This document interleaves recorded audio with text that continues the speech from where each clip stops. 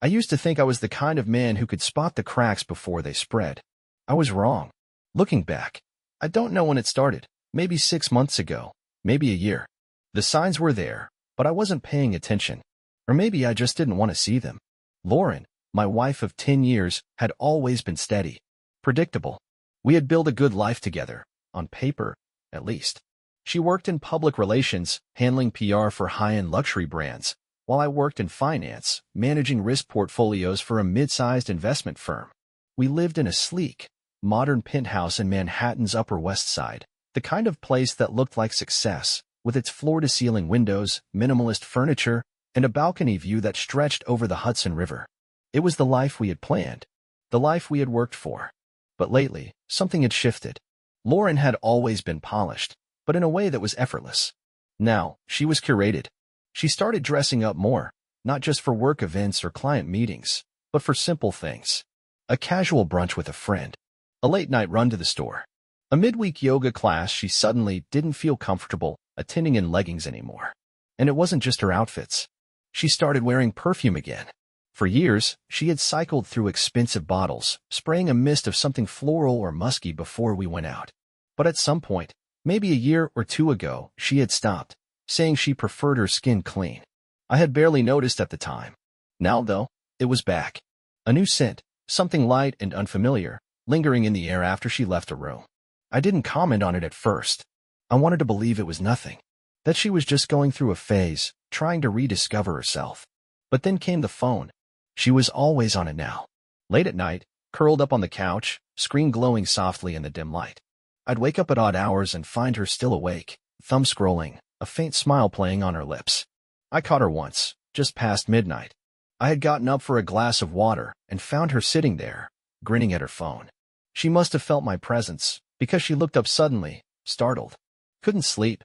she asked, her voice just a little too casual. "Yeah," I said, but I didn't move.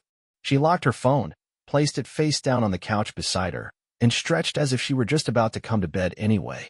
I was just reading something. Reading. I didn't push. I didn't ask. I told myself I was imagining things, that I was just tired. But once you start noticing, it's impossible to stop. One evening, as she stood in front of the mirror in our bedroom, adjusting the clasp of a delicate gold necklace, I watched her from the bed. "You look nice," I said, keeping my tone even. She glanced at me through the mirror, a small smile flickering across her lips. "Thanks." Meeting Taylor for drinks. Taylor was her best friend from work. At least, that's what she told me. As she reached for her phone on the dresser, my eyes drifted to her hand. She wasn't wearing her wedding ring. That wasn't normal. Lauren never took it off. It wasn't just habit, it was a part of her, like her phone or her favorite pair of heels. I didn't say anything. Not then.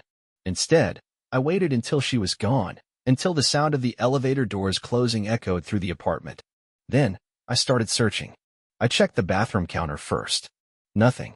The nightstand, buried under a stack of books and a silk scarf? There it was. Her wedding ring. Tucked away. Hidden. A dull weight settled in my chest. Maybe it was nothing. Maybe it was just an absent-minded slip, a mistake. But deep down, I knew better. The real breaking point came a few nights later. I had just gotten home from work. The apartment was quiet, except for the sound of running water. I was about to call out to let her know I was home, but then I heard her voice. Soft. Whispering. "I can't wait to see you again." I froze. For a moment, I wasn't sure if I had actually heard it or if my mind was just playing tricks on me. But then she laughed, a quiet, breathy laugh. The kind you make when you're trying to keep your voice down. I stood there in the doorway, listening. My hands clenched at my sides, my heart pounding in my chest. I could have confronted her right then and there. I could have thrown open that shower door, demanded to know who she was talking to. But I didn't. Instead, I turned and walked out of the bathroom, my pulse roaring in my ears. Because in that moment, I knew the truth. And I also knew I wasn't going to let her see me break. Not yet. I needed proof. I needed a plan. I had never been the jealous type. Lauren had male friends. I had female colleagues. It had never been an issue before. But this was different. This was deception, smooth and practiced, like she had been doing it for a while. The way she lied so effortlessly made me sick. I spent the next few days watching, listening, piecing things together. She had a pattern now. Coming home late, setting her phone face down, disappearing into the other room to take calls. When I asked her about her day, her stories felt rehearsed, as if she had practiced them in her head before speaking. So, when she casually mentioned on Friday night that she was grabbing coffee with Taylor the next morning, I didn't question her. I just nodded, pretending I believed her. But by then, I was done taking her word for anything. At 8 a.m. the next morning, she left the apartment in her BMW X3, dressed just a little too nice for a simple coffee date. A black wrap dress, heels, that perfume again. She kissed me on the cheek, like a habit, not affection, and walked out the door. The moment the elevator doors closed behind her, I pulled out my phone and opened the tracking app. A week ago, I had installed a GPS tracker under her rear wheel well. It was small, magnetic, completely unnoticeable. Lauren wasn't the type to check for things like that. She trusted that I trusted her. That was her mistake. I watched her little blue dot on my screen as it moved south, weaving through Manhattan traffic. She wasn't heading toward Taylor's apartment on East 72nd. Instead, she was heading west. By the time she crossed 6th Avenue, I already knew where she was going. The Four Seasons. I pulled on a jacket, grabbed my keys, and headed for the door. I parked my car a block away and walked to the hotel, keeping my head down as I entered the lobby. The place was as extravagant as ever. Polished marble floors, chandeliers casting soft golden light, the quiet hum of wealthy tourists and business executives murmuring over morning coffee.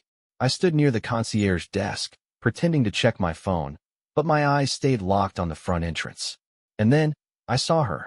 She walked in like she belonged there. No hesitation, no looking around nervously. She had done this before. Lauren approached the elevators, and a man was waiting for her.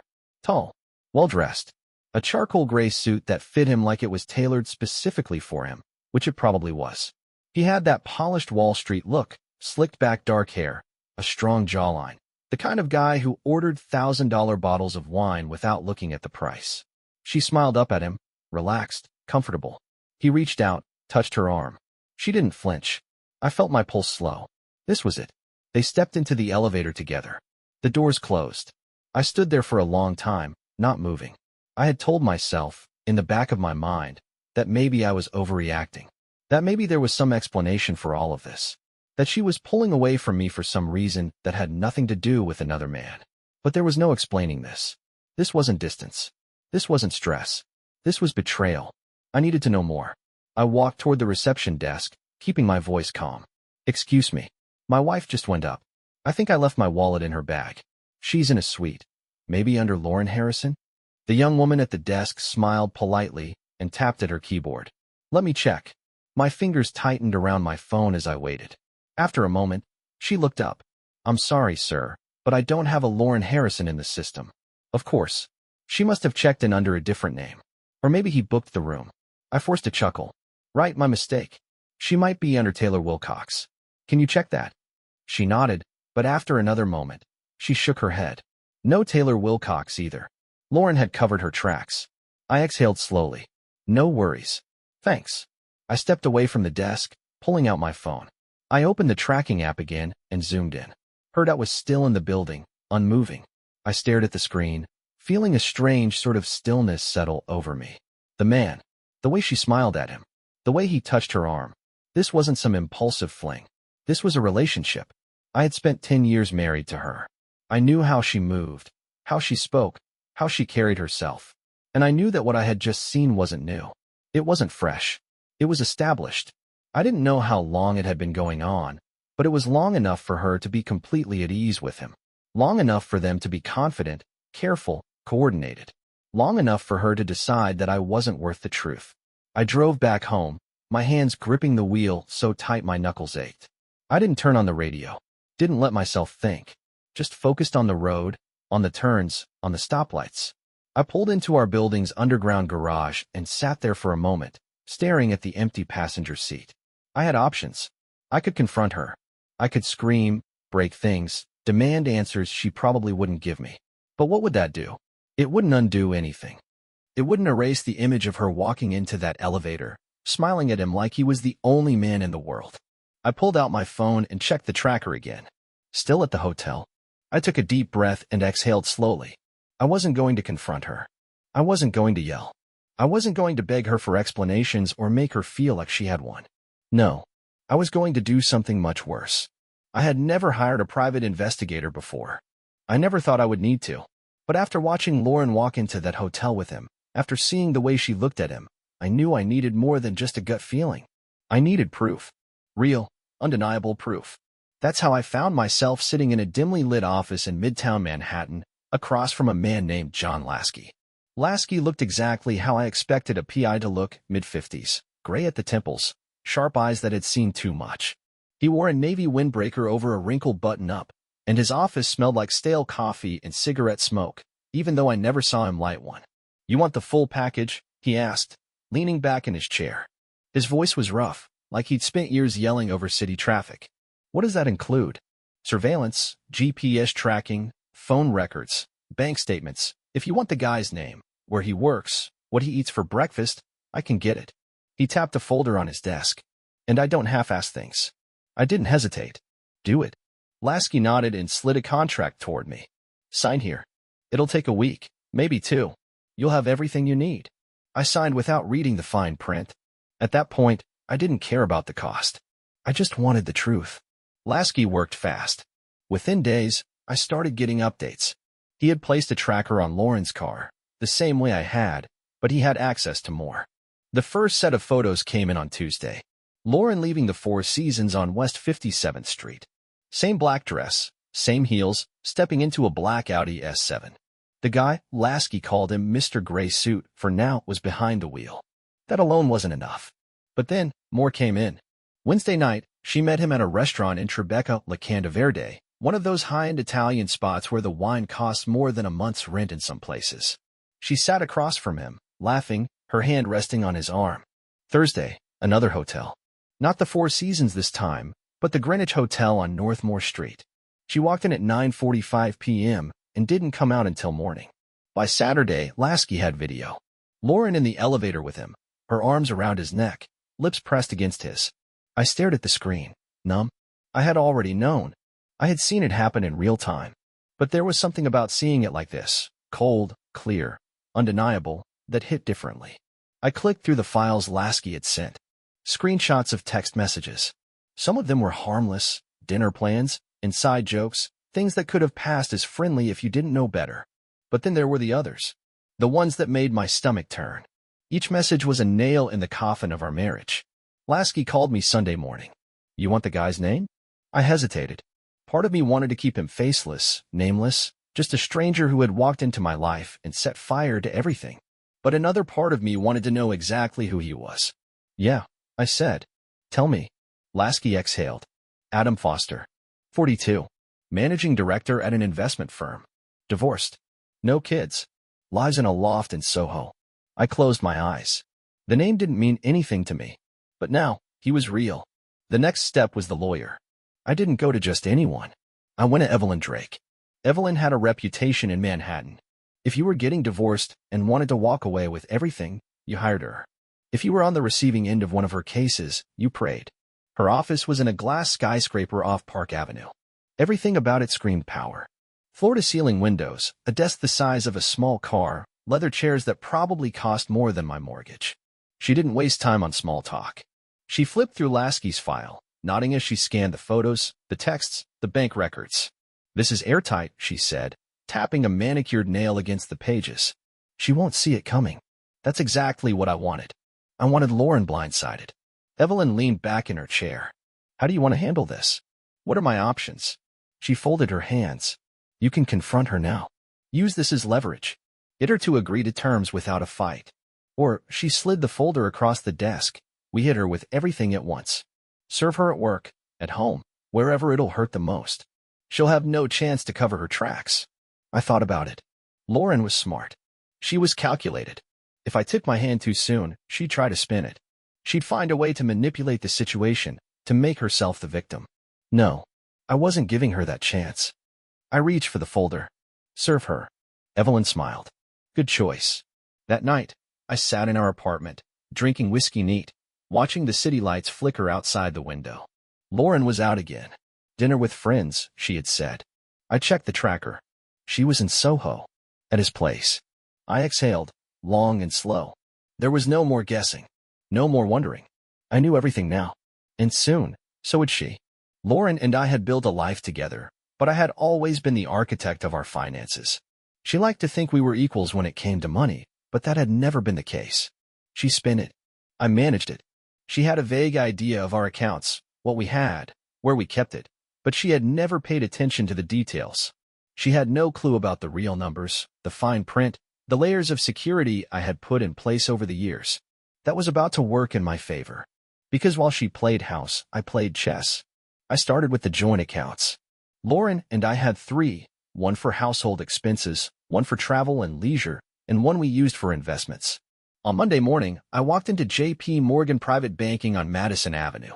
The manager, a slick-haired guy named Raymond Castillo, greeted me like I was an old friend.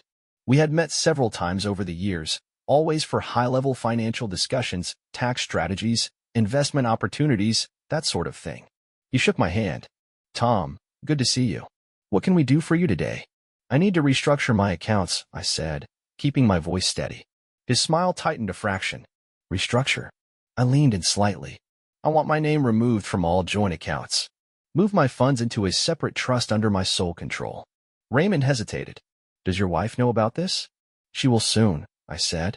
That was enough for him. He nodded and motioned for me to follow him to his office. Over the next 2 hours, we went through every account, every investment.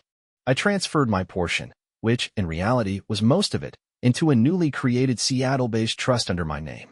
A clean, legal separation of assets. By the time I walked out of the bank, Lauren had exactly $347.19 left in our joint accounts. I doubted she even checked them regularly. She had no idea she was sleeping in a life that no longer belonged to her. Next, I liquidated our investments. Stocks, bonds, mutual funds. We had built a strong portfolio over the years. I sold off what I could immediately, moving everything into my new trust. Some assets required more paperwork, but that was fine. I wasn't in a hurry. This wasn't about overnight revenge. This was about control. By the end of the second day, nearly 85% of our total wealth was in my name alone. The rest would follow soon enough. Then came the penthouse. It was a 3-bedroom, 2-bath unit on the Upper West Side, overlooking the Hudson River. Floor-to-ceiling windows, modern finishes, the kind of place people imagine when they thought of New York luxury. We had bought it together, but like everything else, I had been the one making the real decisions. The mortgage, the insurance, the deed, it was all structured through an LLC I had set up years ago for liability purposes. Which meant that, on paper, Lauren didn't own a damn thing. I called my real estate broker, James O'Malley, a fast-talking Irish guy I had known for years. "Tom," he answered on the first ring. "You finally ready to sell?" "Yeah." "When?" "As soon as possible." James let out a low whistle. "I can have it listed by the end of the week. We'll keep it private at first, reach out to high-net-worth buyers. Should move quickly." "Good." I hung up, staring out at the skyline. Lauren had no idea that the home she slept in, the place she decorated, the kitchen where she made her morning coffee, it was already on the market. With the major moves in place, I locked down everything else. Credit cards? Canceled. The joint ones, at least. She still had her own, but those were in her name alone. Car lease? BMW X3. Under my name. I scheduled a termination for the following month. Health insurance? We were both on my employer's plan. I submitted paperwork to remove her as a dependent, effective immediately. One by one, I closed every door, cut off every resource. By Wednesday evening, I sat in my office, looking over everything one last time. My lawyer, Evelyn Drake, had reviewed all the paperwork earlier that day. "It's done," she said, tapping a red fingernail against the folder. "She won't have access to a dime of your money." "Perfect." Evelyn raised an eyebrow. "She's going to panic when she finds out." "I know. She'll try to fight it. She'll lose." Evelyn smirked. "I like your style, Harrison." I left her office feeling lighter than I had in weeks. I had spent the last 10 years building a life with Lauren. Now, in the span of 3 days, I had erased her from it. That night, Lauren came home late. She walked in around 10:30 p.m., heels clicking against the hardwood floor, tossing her bag onto the counter. "Long day?" I asked, sipping my whiskey. She barely glanced at me. "Yeah, a work thing ran late." She had no idea that I knew exactly where she had been. She poured herself a glass of wine, took a long sip, and sighed. "I was thinking," she started, swirling the glass in her hand. We should plan a trip. Maybe Napa. Just the two of us. I almost laughed. Lauren was good. She must have sensed something, maybe my silence, maybe the way I had stopped asking questions. She was trying to pull me back in. I set my glass down, watching her carefully. Yeah, I said. That sounds nice. She smiled, nodding as if she had just reassured herself. I'll look at flights. I leaned back in my chair, fingers drumming lightly against the table. She didn't know yet. Not about the bank accounts. Not about the investments. Not about the penthouse sale. But soon she would. And when she did, it would be too late. Lauren left for her business trip on Thursday morning. She kissed me on the cheek, wheeled her to-me carry-on to the door, and glanced back. I'll be back Sunday night, she said, her voice casual, like nothing was wrong. I nodded, sipping my coffee. Have a good trip. She hesitated, just for a second. Maybe she was expecting me to say more, to ask questions, to pretend I cared. But I didn't. She gave me a tight smile, adjusted the strap of her purse, and walked out. The moment the doors shut, I exhaled. She was gone. And by the time she came back, I would be too. I had a job offer in Seattle, a promotion actually. The company had been expanding, opening a new branch on the West Coast, and they wanted me to head risk management for their Pacific operations. The offer had been on the table for months, but I had held off on making a decision.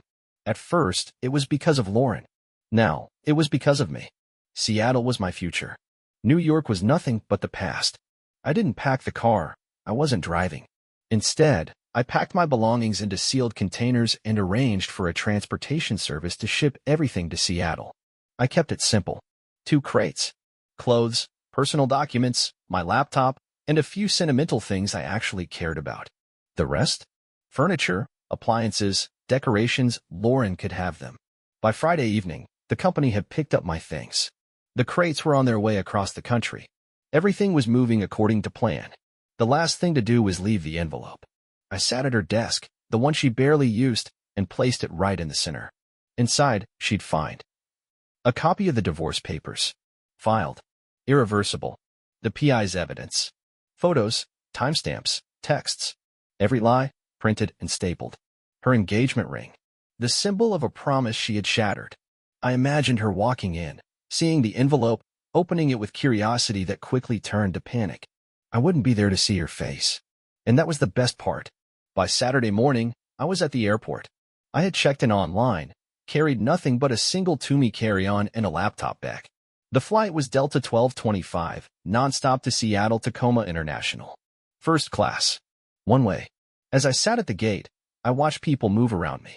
Families traveling for vacation, businessmen typing away on their laptops, a couple laughing over overpriced airport drinks.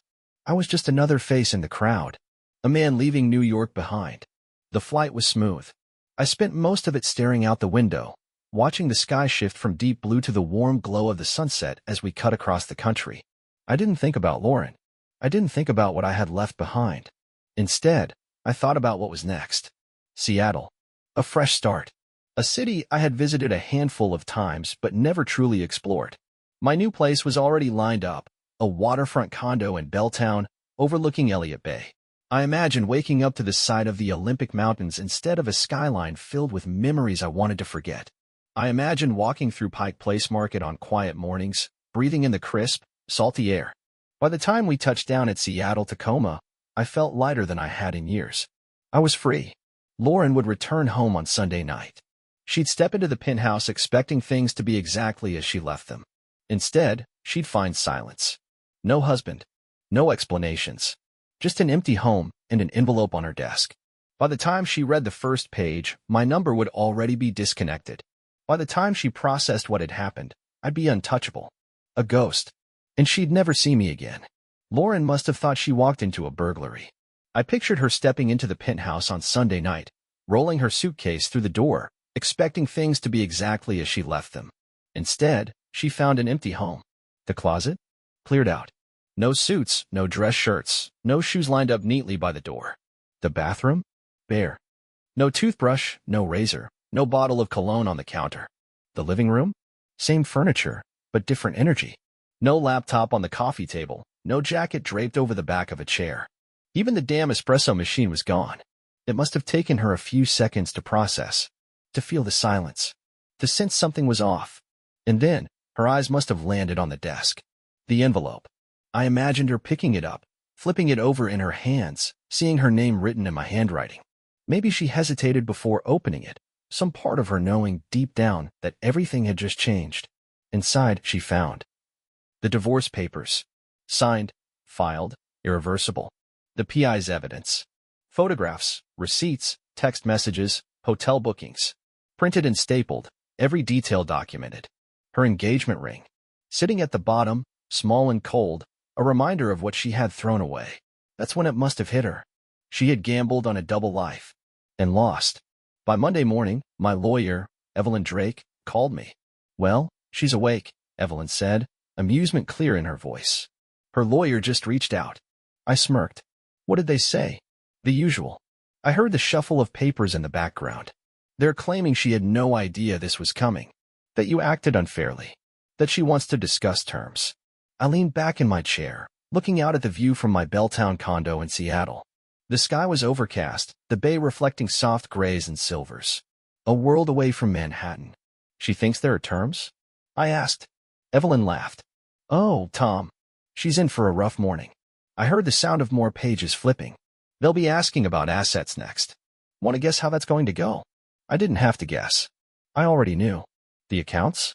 Drained. Lauren hadn't noticed yet, but I had emptied every joint account days ago. J.P. Morgan Private Banking had executed the transfers exactly as planned, moving my share into my Seattle-based trust. Lauren's card probably still worked for small purchases, just enough to keep her from suspecting anything while she was in San Francisco.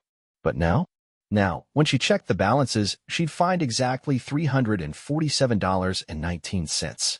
Enough for a cab ride and a bad bottle of wine. The penthouse? For sale. Lauren had probably pulled out her phone the second she read the divorce papers, ready to message me, only to find number disconnected. Then, maybe, she went for the next step, calling the bank, checking our accounts. That's when the panic must have started. And then, she looked around at the penthouse, the one she thought she would keep, and it hit her. She didn't even own it. The deed was under the LLC I controlled, and James O'Malley, my real estate broker, had already listed it privately for sale. Within a few weeks, a new buyer would take ownership. Lauren wasn't just losing me. She was losing everything. By Tuesday, Evelyn had her first conversation with Lauren's lawyer. She wants an annulment, he had said, his voice already defeated. She thinks you tricked her. That you pulled some kind of scam. Evelyn had laughed, a cold, sharp sound. Scam, she had repeated. Your client cheated. My client left. If she wants to cry about it, that's her problem. She says she deserves something. Compensation. That's when Evelyn had delivered the final blow. Your client is left with nothing, she told him. Exactly what she deserves. By Wednesday, my email inbox had filled with unread messages. Lauren had resorted to contacting me through every possible channel. First, it was emails, long, rambling messages full of confusion, anger, and desperation. Tom, we need to talk. Please, just tell me what's going on. I don't understand why you're doing this. We can work through it. You can't just disappear. You can't just leave me with nothing. Then came the social media messages, old accounts I hadn't used in years. Tom, please answer me. Where are you? I'm sorry. Just talk to me. I didn't respond. I never would. By Friday, Evelyn sent me a final update. She's trying to delay the divorce, she said. Standard stall tactics. Claiming she wasn't properly served, that she was blindsided, that she needs more time. I exhaled. And nothing. She signed a prenup, Tom. She doesn't have a leg to stand on. Evelyn sighed, a little less businesslike for once. She's unraveling. She thought she could play both sides, have her affair, and keep her life with you, too. But now? I asked. Now, she's alone. I stared out at the Seattle skyline, watching the ferries move across Elliott Bay. The last time I had felt this calm, this at peace, was a long, long time ago. She'll survive, Evelyn said. She just won't like how it feels. I nodded, sipping my coffee. Lauren had made her choice. Now, she had to live with it. For weeks after I vanished, she tried everything. Emails, texts, calls from unknown numbers, even reaching out to old mutual friends to see if they knew where I was. But no one did. And I made sure of that. She must have gone through all the usual steps. Checked with my company? I had already resigned. Tried to access our joint accounts? They were closed. Asked my family? I had warned them ahead of time. The only person she could reach was Evelyn Drake, and Evelyn didn't take pity cases. She's called my office 3 times, Evelyn told me one morning. Her lawyer keeps leaving voicemails about reconciliation. I scoffed. Reconciliation? She's grasping, Tom. Evelyn's voice was dry, amused. She thought she could play both sides. Now she's realizing she doesn't have a side left. I had no doubt Lauren hated losing more than she had ever loved me. And that's why she wasn't done. She found me exactly 1 month later. I was standing on the balcony of my Belltown condo in Seattle, coffee in hand, watching the mist roll in over Elliott Bay. I had settled into my new life faster than I expected. New city, new home, new job. Then, my phone buzzed. An email. Subject: please, just talk to me. I almost deleted it. But something about it, maybe the desperation in those 5 words, made me open it instead. Tom, I know you hate me. I know I ruined everything. But you can't just disappear. You can't erase 10 years like they meant nothing. I came to Seattle. I need to see you. Please. I'm staying at the Thompson Hotel. Just give me 5 minutes. I just need to talk. Lauren. I stared at the screen, unreadable. Lauren was here. She had tracked me across the country, and for what? A plea for forgiveness? A last attempt at control? Whatever it wasn't going to work. That evening, there was a knock at my door. I knew before I even looked. I opened it slowly. Lauren stood there, looking nothing like the woman I had been married to. She had lost weight. Her hair, usually styled to perfection, was a little messy, like she had been running her hands through it all day. She wasn't wearing makeup. Her eyes were red. She had been crying. For a long moment, neither of us spoke. Then, she whispered, Tom. I didn't say anything. She stepped forward slightly. I don't even know where to start. I crossed my arms. Then don't. She flinched, her bottom lip trembling. I'm sorry. I let that word hang between us. She wiped her face quickly, as if embarrassed. I was stupid. I was selfish. But I never meant to hurt you. I swear I didn't. I gave a humorless laugh. You didn't mean to? She swallowed hard. Please, Tom. Just tell me how to fix this. Fix this? There was no fixing anything. She wasn't here because she loved me. She was here because she had lost. Because the man she threw me away for hadn't been worth it. Because the security she had taken for granted was gone. She was here because I had one. I stepped aside, letting her see into the condo. Lauren's breath hitched when she saw her. A woman, mid-30s, blonde, soft blue sweater, holding a glass of wine, walked out of the kitchen and stopped in the doorway. Her name was Samantha. Lauren's eyes darted between us, realization crashing down on her. Her shoulders sagged. Oh. I looked at her for the last time and said, You're nothing but a memory now. Then, I closed the door. Lauren didn't knock again. She didn't call. She didn't email. She walked out of my life forever. And I was finally free. Lauren didn't try to contact me again. She didn't call. She didn't email. She didn't knock on my door a second time. Maybe she finally understood. Or maybe, after standing on my doorstep, looking at Samantha, looking at me, she realized there was nothing left to fight for. Whatever the reason, she was gone. And I felt nothing. Life moved forward. Seattle had already started to feel like home. My condo in Belltown, with its view of Elliott Bay, was quieter than the Manhattan penthouse had ever been. Mornings started with a run along the waterfront, followed by coffee from a small cafe on Western Avenue, where the barista already knew my order. Work was better, too. My new position at Northwest Capital Investments was a step up, both in title and pay. My team was sharp, the work fast-paced but less cutthroat than in New York. I wasn't just surviving, I was thriving. For the first time in years, I wasn't weighed down by paranoia, doubt, or suspicion. I wasn't questioning what my wife was doing when she stayed out late. I wasn't checking her location on a hidden tracking app. I wasn't being lied to in my own home. Lauren was nothing but a name in my past. One afternoon, about 6 months after I left New York, I got a call from Evelyn Drake. Your ex-wife finally signed, she said. It's over. I exhaled, staring out at the water. That's it. I asked. That's it, Evelyn confirmed. She dragged her feet as long as she could, but there was nothing to fight for. No assets, no leverage. I smirked. She didn't get a dime, did she? Not a penny. I let that settle in. Lauren had thrown away our life for something cheap, something temporary. She had made her choice, thinking she could have both lives, thinking she could keep me as a backup plan. But in the end, she walked away with nothing. I thanked Evelyn, hung up the phone, and went back to my evening like it was any other. Because that's what it was. Just another day. Later that night, I stood on my balcony, watching the city lights reflect on the water. Samantha walked up behind me, wrapping her arms around my waist, resting her head on my back. She didn't ask about the call. She didn't need to. Lauren was the past. And my future? It had already begun. Share your thoughts in the comments. Was Tom's revenge too calculated, or was it the perfect way to leave? Would you have done anything differently? If you liked the story, subscribe to the channel and give us a like.